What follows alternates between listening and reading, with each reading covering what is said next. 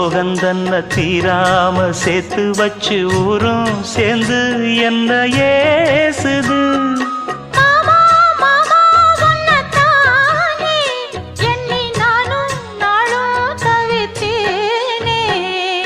கூண்டுக்குள்ள என்ன வச்சு கூடி நின்ன ஊற விட்டு கூண்டுக்குள்ள போனதென்ன கோலக்கிளியே.